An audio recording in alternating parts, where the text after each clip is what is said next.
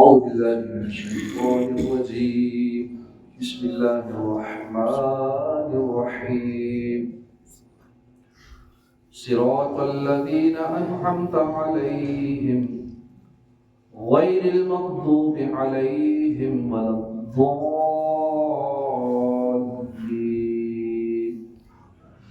صدق الله العظيم. ترجمہ کمزور فاتحہ. ان لوگوں کا راستہ جن پر تو نے احسان کیا، نہ کہ ان کا راستہ جن پر غضب ہوا اور نہ بہکے ہووں کا. صراط الذین انعمت علیہم، ان لوگوں کا راستہ جن پر تو نے احسان کیا. یہ جملہ اس سے پہلی آیت کی تفسیر ہے کہ صراط مستقیم سے مراد کیا ہے. صراط مستقیم کون سا راستہ ہے؟ ان لوگوں کا راستہ ہے جن پر اللہ نے احسان اور انعام فرمایا، اور جن لوگوں پر اللہ نے اپنا فضل و احسان فرمایا ان کے بارے میں ارشاد فرماتا ہے وَمَن يُطِعِ اللَّهَ وَالرَّسُولَ فَأُولَٰئِكَ مَعَ الَّذِينَ أَنْعَمَ اللَّهُ عَلَيْهِم مِّنَ النَّبِيِّينَ وَالصِّدِّيقِينَ وَالشُّهَدَاءِ وَالصَّالِحِينَ وَحَسُنَ أُولَٰئِكَ رَفِيقًا.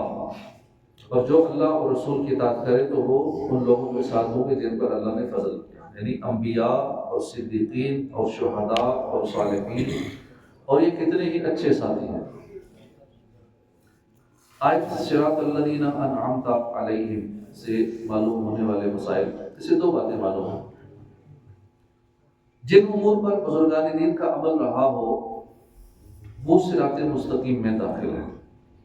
امام فخر الدین رازی رحمۃ اللہ علیہ فرماتے ہیں بعض مفسرین نے فرمایا کہ اہدنا الصراط المستقیم کے بعد صراط الذین انعمت علیہم کو ذکر کرنا اس بات کی دلیل ہے کہ مرید ہدایت اور مکاشفہ کے مقامات تک اسی صورت پہنچ سکتا ہے جب وہ کسی ایسے کامل پیر کی پیروی کرے جو درست راستے کی طرف رہنمائی کرتا ہو، غلطیوں اور گمراہیوں کی جگہوں سے اسے بچائے، کیونکہ اکثر لوگوں پر نقص غالب ہے اور ان کی عقلیں حق کو سمجھنے، صحیح اور غلط میں امتیاز کرنے سے قاصر ہیں. تو ایک ایسے کامل شخص کا ہونا ضروری ہے جس کی ناقص شخص پیروی کرے، یہاں تک کہ اس کامل شخص کی عقل کے نور سے اس ناقص شخص کی عقل بھی مضبوط ہو جائے. تو اس صورت میں وہ سعادتوں کے درجات اور کمالات کی بلندیوں تک پہنچ سکتا ہے. کہ یہ روحانیت کا سفر اتنا آسان نہیں ہے.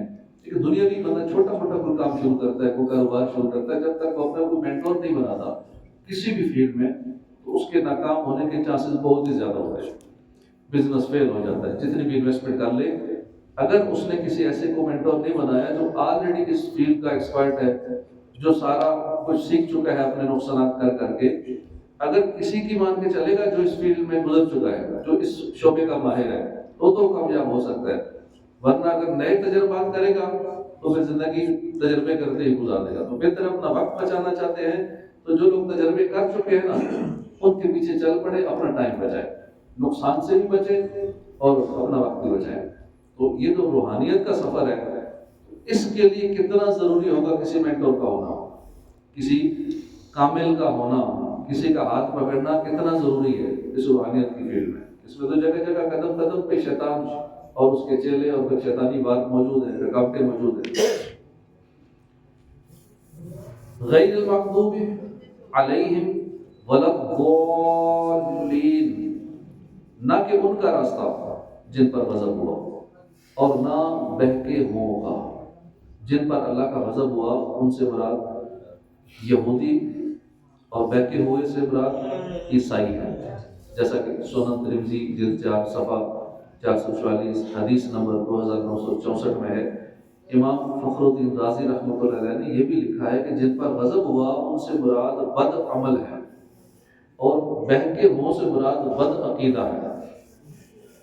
ہر مسلمان کو چاہیے کہ وہ عقائد، اعمال، سیرت، صورت ہر اعتبار سے یہودیوں، عیسائیوں اور تمام کفار سے الگ رہے، ان کے طور طریقے نہ اپنائے، نہ ہی ان کے رسم و رواج اور فیشن اختیار کرے، اور ان کی دوستیوں سے، ان کی صحبتوں سے بھی دور رہے، اور اپنے آپ کو قرآن و سنت کے سانچے میں ڈالنے میں ہی اپنے لیے دونوں جہان کی سعادت تصور کرے۔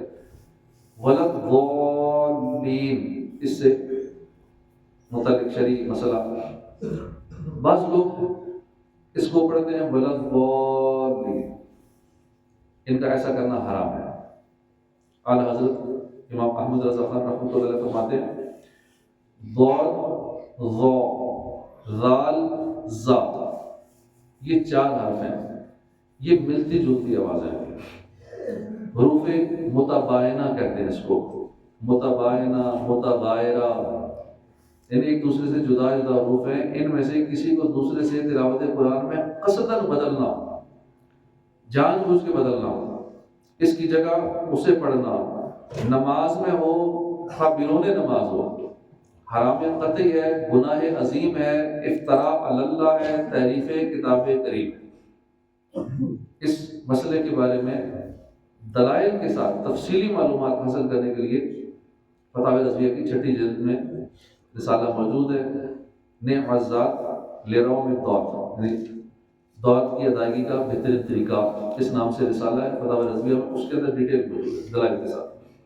اور دوسرا ہے الجام الصاد عن سنن الدعات، دعات کی ادائیگی کے غلط اور صحیح طریقوں کا بیان، اس کے اندر بھی ڈیٹیل موجود ہے۔